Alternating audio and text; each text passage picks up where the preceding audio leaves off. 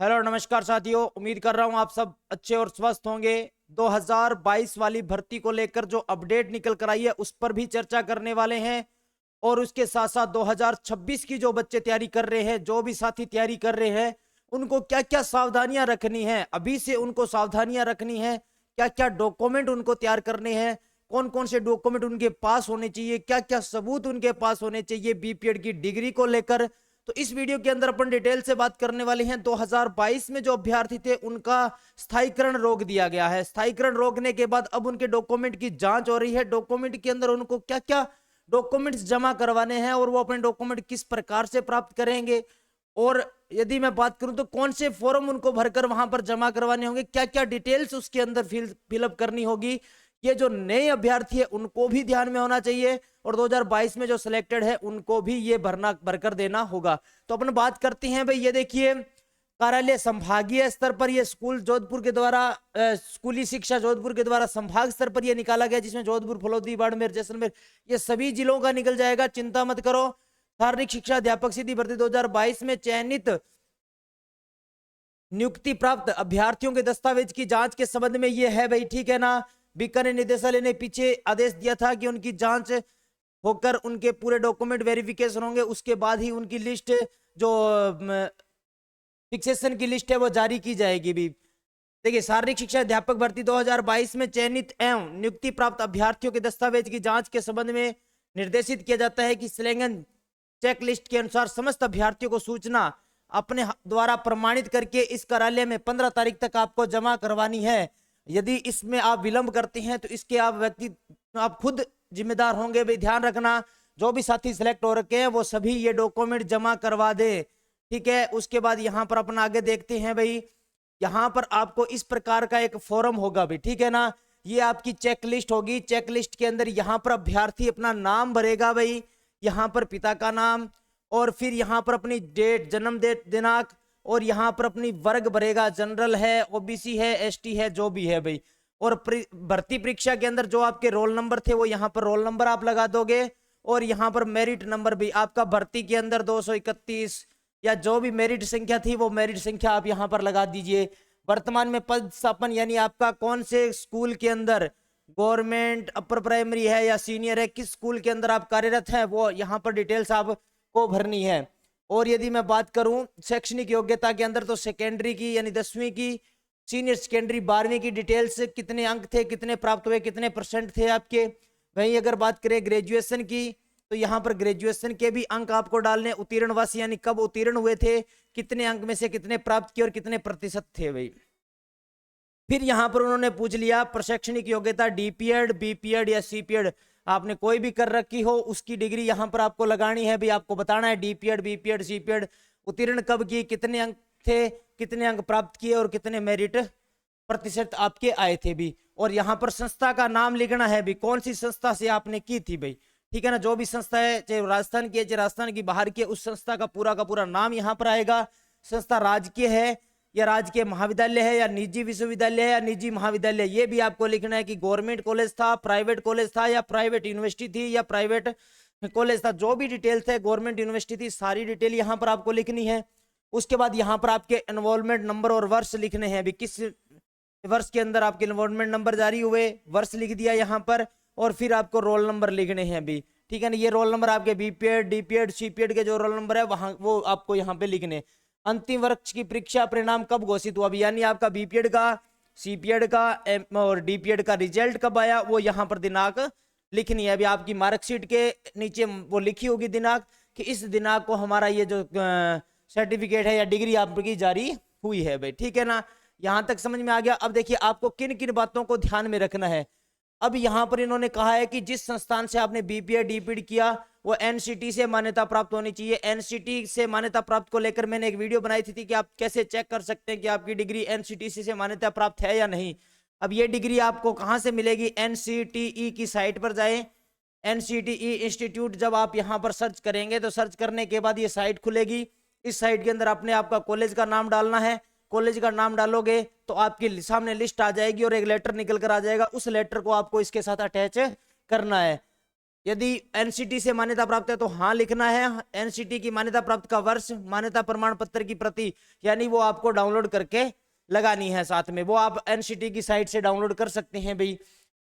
यदि BPEd DPEd में प्रवेश परीक्षा के माध्यम से किया गया, यदि आपने यहाँ पर एंट्रेंस एग्जाम दिया है तो हाँ लिखे, नहीं तो नहीं लिखे भाई, ठीक है।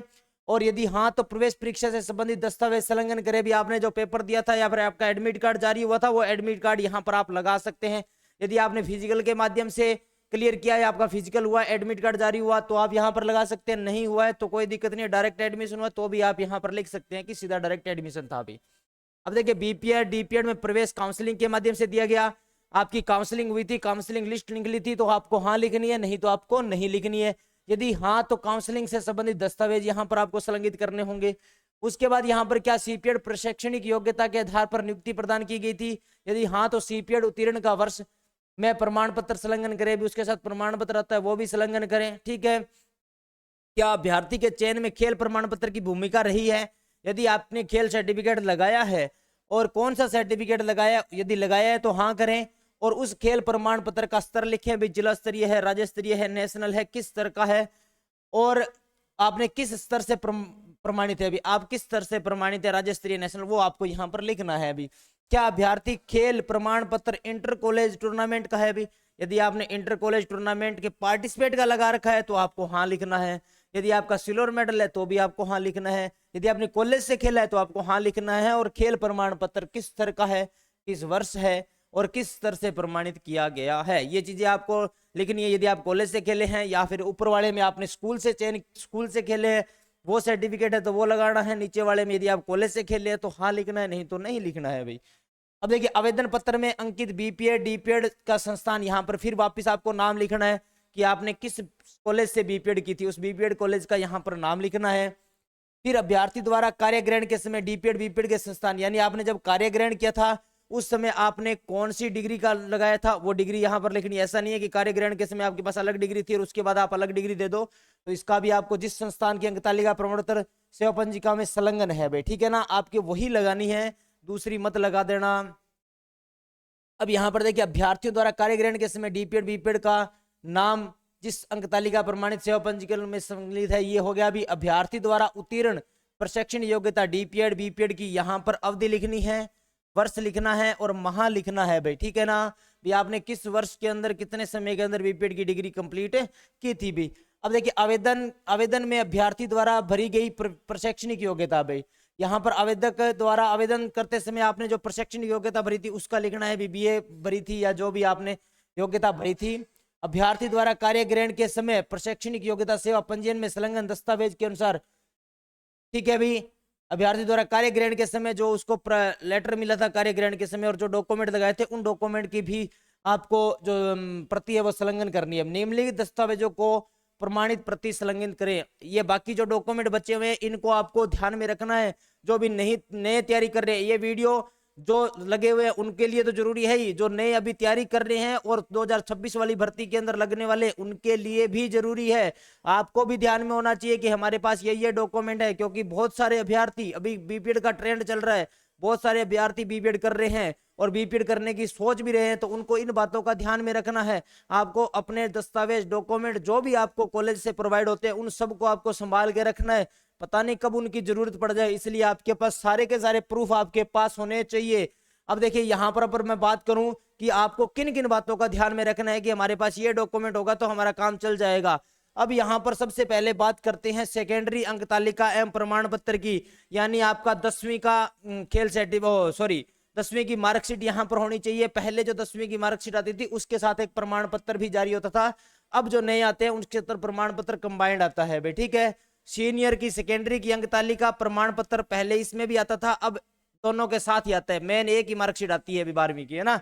और स्नातक की अंक तालिका और डिग्री दोनों आपके पास होनी चाहिए अभी, है ना। बीए के अंदर आपने स्नातक के अंदर किसी भी डिग्री के अंदर कर रखी है, उसकी डिग्री और उसका जो अंक तालिका है वो दोनों होनी चाहिए। यदि आपने डीपीएड बीपीएड सीपीएड कर रखी है तो अंक तालिका प्रत्येक वर्ष हम डिप्लोमा डिग्री आपके पास होनी चाहिए भी, उसकी अंक तालिका होनी चाहिए, उसकी डिग्री होनी चाहिए, डिप्लोमा होना चाहिए, सारा आपके पास होना चाहिए भाई, ठीक है। खेल प्रमाण पत्र यदि आपने लगाया है तो खेल प्रमाण पत्र से यदि आपका सिलेक्शन हुआ है तो खेल प्रमाण पत्र की भी प्रति आपको लगानी है। खेल प्रमाण पत्र को भी आप संभाल के रखिए। आवेदन पत्र, जब आपने ऑनलाइन आवेदन भरा था वो आपकी SSO ID में मिल जाएगा। अभी ये जो ऑनलाइन आवेदन है ना आवेदन पत्र की, ये आपकी SSO ID पर मिल जाएगा।